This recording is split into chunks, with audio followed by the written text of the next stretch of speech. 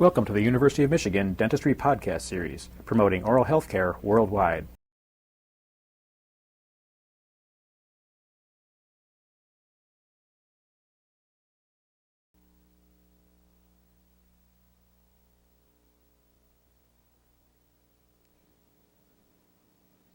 In order for us to study the subclavian artery and its branches, we have to remove the clavicular area and the top of the sternum.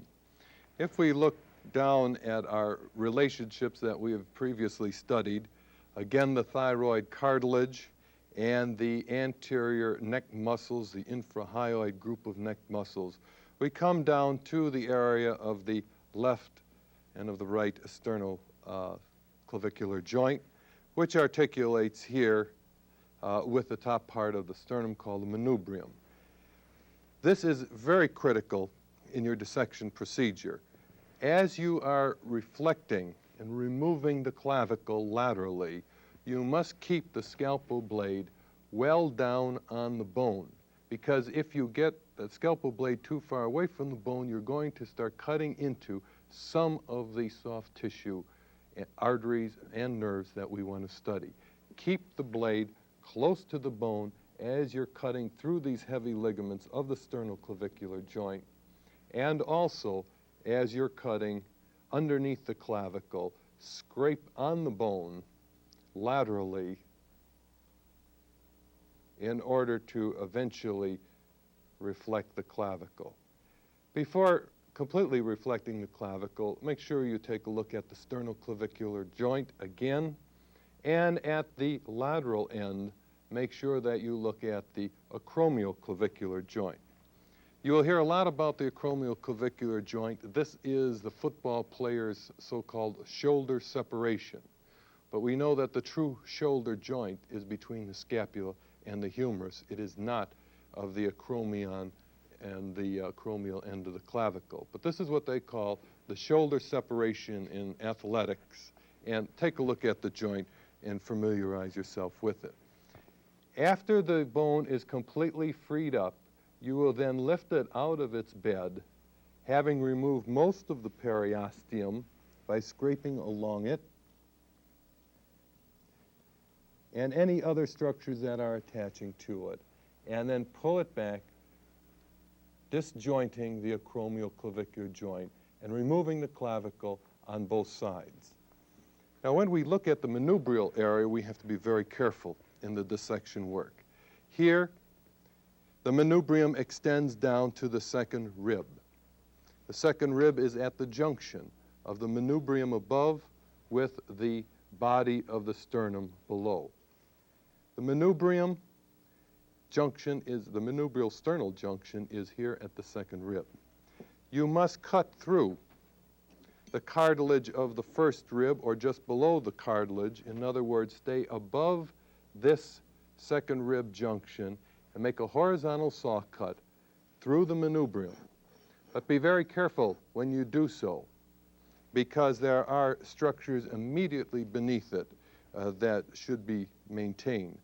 Also then, after that cut has been started, you will make an incision through the intercostal muscles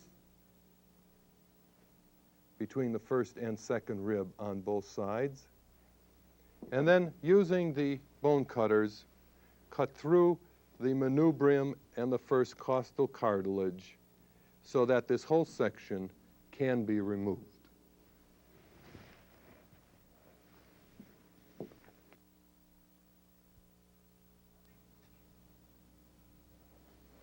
After you have reflected the tissue from around each clavicle, you're told to turn it backwards, study the acromioclavicular joint, and remove the bone.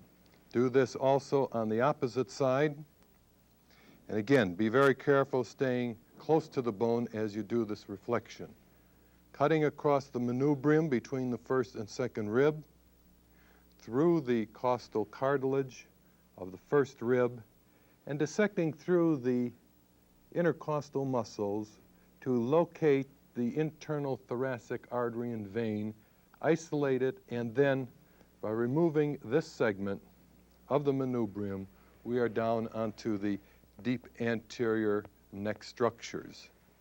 Remember, looking up again at the thyroid prominence, the midline landmark of the neck, we had the muscle passing upward from the sternum, which we previously cut, going to the hyoid bone, the sternohyoid muscle. Here is its lower extremity, where it originated from the back of the manubrium that we have reflected. And directly underneath it then is the long extent of the sternothyroid muscle, going all the way up to the thyroid cartilage. These then should be reflected so that they are clear of the area of dissection and they can be removed. Again, over at the side of the neck, we see the omohyoid muscle. Remember, this has been reflected previously, and in the carotid sheath, we see the internal carotid artery high up, joining with the external carotid artery and passing down as common carotid, the large structure. Adjacent to it is the internal jugular vein. And at the base of the neck, behind the sternoclavicular joint, this vein joins with the subclavian vein, which is the direct continuation of the axillary vein, which we had previously cut from this area. And passing across here to join with internal jugular, the two then form a brachiocephalic vein, which will join with the brachiocephalic of the opposite side and form the superior vena cava going towards the heart. Remember that very large vein that we had in place of the external jugular is coming down into this junction area of the subclavian and internal jugular. And at this location will be other veins feeding in from the base of the neck. The arteries in general accompany these veins, and we will study the arteries in detail. But first of all, coming into the intersection of the internal jugular vein and the subclavian vein is a structure that appears to be venous in nature. However, you see here it is going back down into the deep neck. This is not colored with blood. Sometimes it is. It is a lymphatic trunk, the largest lymphatic trunk in the body. And all lymph of the body must get back into the circulatory system. This is the major trunk that receives the drainage from the lower extremities, the pelvis, the abdomen, the thoracic area, the left upper extremity, and the left side of the head and neck. It's called the thoracic duct. And here a beautiful relationship is shown between the internal jugular and over here the subclavian, and now we go down to brachiocephalic. It's in that area that this thoracic duct empties. We have the same sort of a duct over on the right side of the body. This is found only on the left side. For on the right side there is a right lymphatic trunk that drains the right side of the head, the neck, and the right upper extremity. So this is the major structure that you should see on the left side of the body. As we proceed in this dissection then, you should begin following the dissection guide closely to find all of these structures and clarify the small arteries and veins that arise from the subclavian. Here, passing downward from the brachiocephalic, is the internal thoracic vein, and adjacent to it, quite large, is the internal thoracic artery. This artery will course down along the side of the sternum all the way down to the lower ribs, supplying intercostal muscles and giving small twigs off to the intercostal areas for the supply of the skin of the front of the chest between the right and the left mammary gland. In the female, this is a very important blood supply to the mammary gland.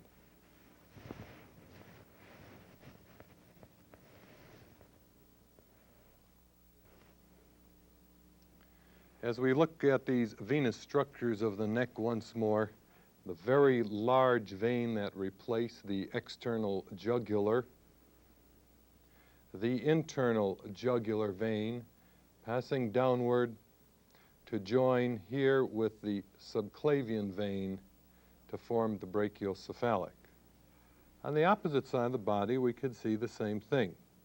Internal jugular passing downward, joining with the subclavian deep yet in the tissue, and forming the right brachiocephalic vein.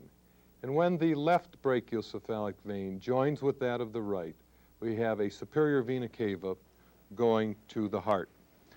As you see then, this brachiocephalic complex will be draining blood from the head, from the neck, from the upper extremities on both sides.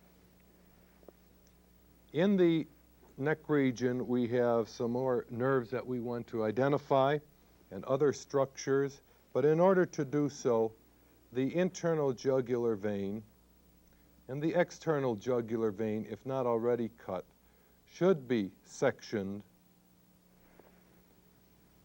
and the venous trunk, the major venous trunk, reflected towards the midline.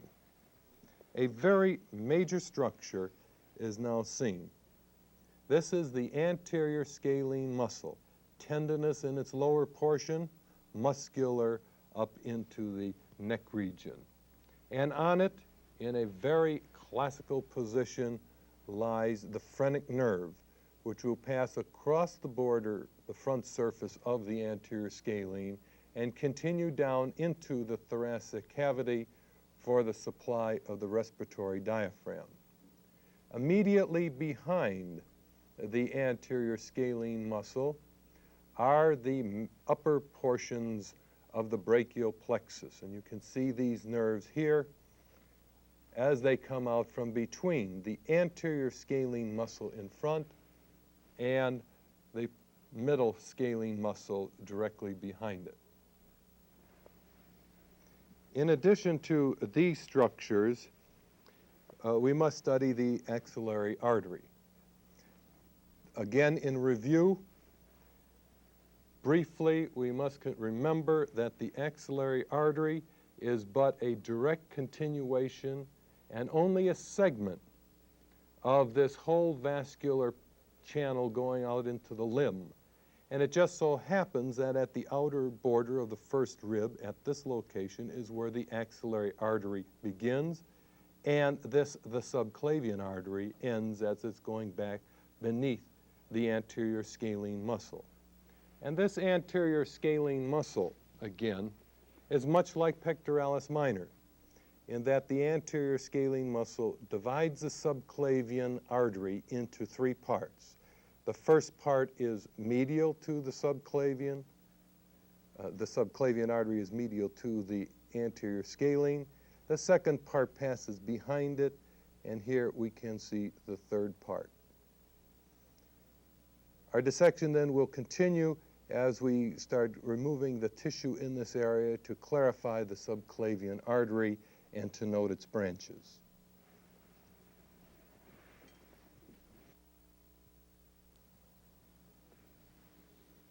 As we mentioned before, the anterior scalene muscle is that muscle which will divide the subclavian artery into its three portions. Medially, we have the first part, deep within the base of the neck. Behind the artery is the second portion, and then emerging at the side of the anterior subclavian, going towards the first rib, is the third portion.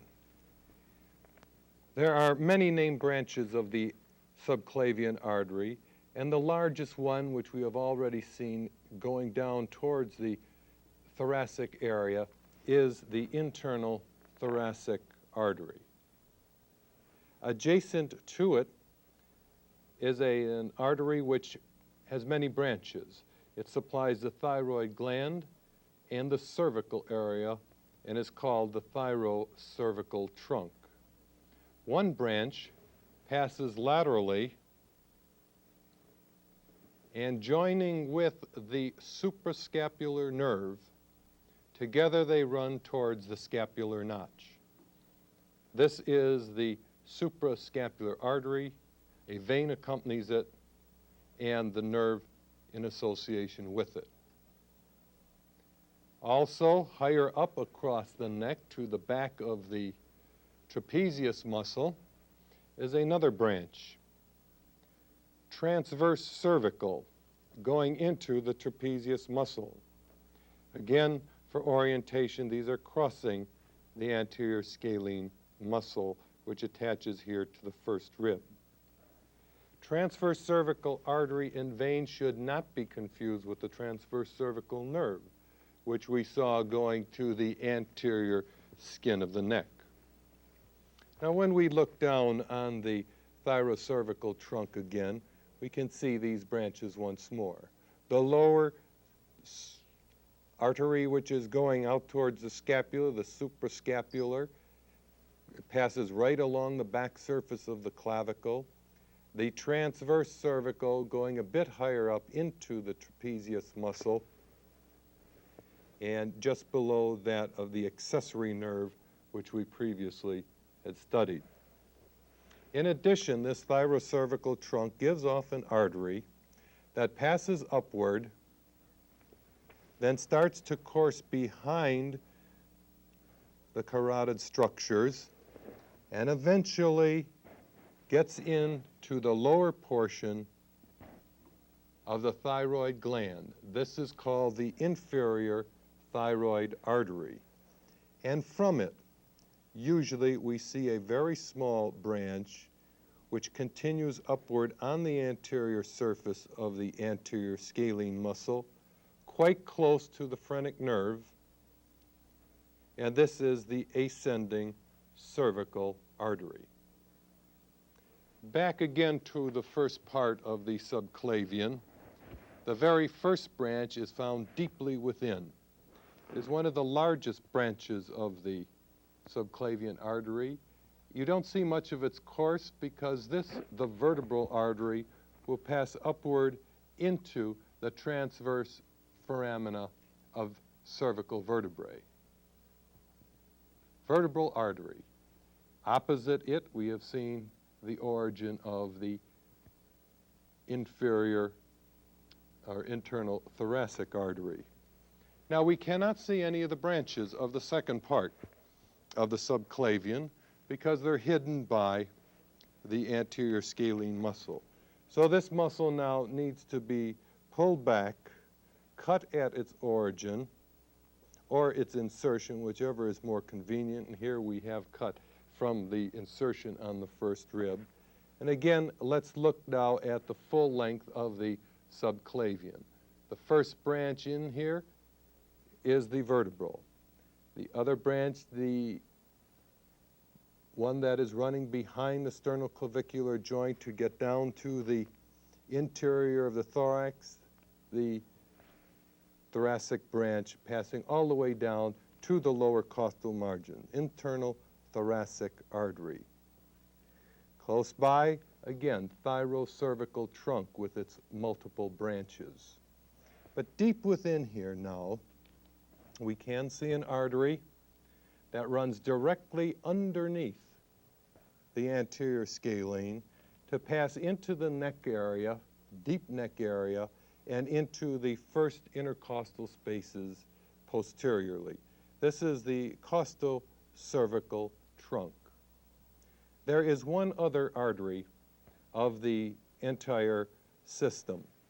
This is an artery that will supply the rhomboid muscles. It is called the dorsal scapular artery. Sometimes it's a branch of the transverse cervical. Sometimes, as we have here, it is an independent branch from the second portion of the subclavian artery. It goes through the brachial plexus, and these fibers of brachial plexus can be seen behind. Sometimes dorsal scapular will arise from the third part of the subclavian artery as a separate branch. In this dissection also, we should look now in the thyroid cartilage area, and you can see the horseshoe-shaped thyroid gland.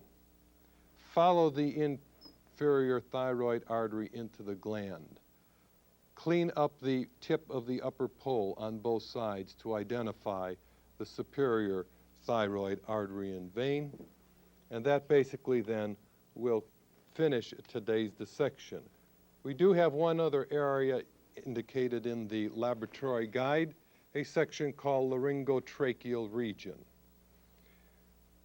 Do not do this work at this time. Wait until we dissect the laryngeal complex later on in the course. You've been listening to a presentation from the University of Michigan School of Dentistry, which is dedicated to supporting open learning and open educational resources. This recording is licensed under the Creative Commons. It may be reused and redistributed for nonprofit use. Please attribute materials to the University of Michigan School of Dentistry and redistribute under this same license. For more information on how this and other University of Michigan School of Dentistry recordings may be used, visit www.dent.umich.edu/license.